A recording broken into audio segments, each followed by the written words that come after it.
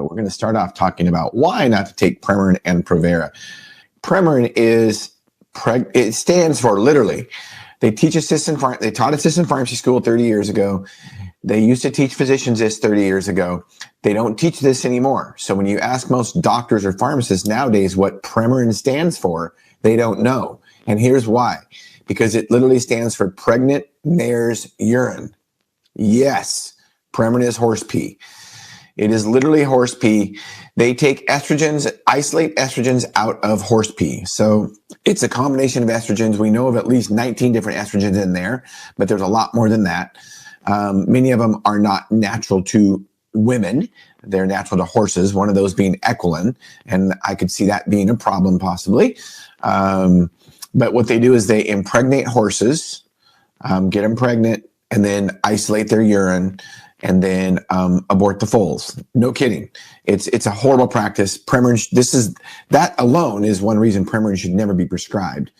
Janet, talk about Provera. Provera is very close to the natural product in the structure of it, but when it's in the human body, it is so different. So, for example, we will use injectable Provera for birth control. But progesterone, the natural hormone that your ovaries make, actually maintains a pregnancy, and it's required to be on board for a pregnancy to be healthy and to go the full length. So many times today, we have women that have been started out on Premarin and Provera. Prempro was the thing that came out when Shawn and I were in school.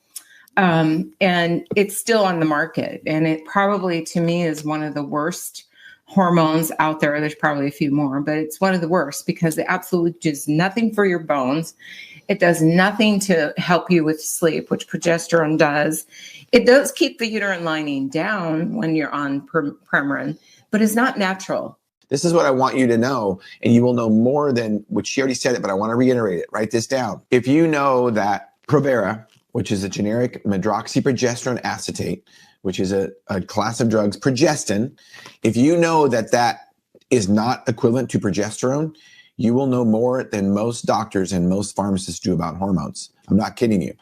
And if a doctor ever says, well, they're close to the same, ask them, why is Depo-Provera used for birth control? And progesterone, by its name, progesterone, support gestation, by its name, is a hormone of pregnancy and helps to support a pregnancy. So that's how different they are. One is used for birth control, one is used to support a pregnancy.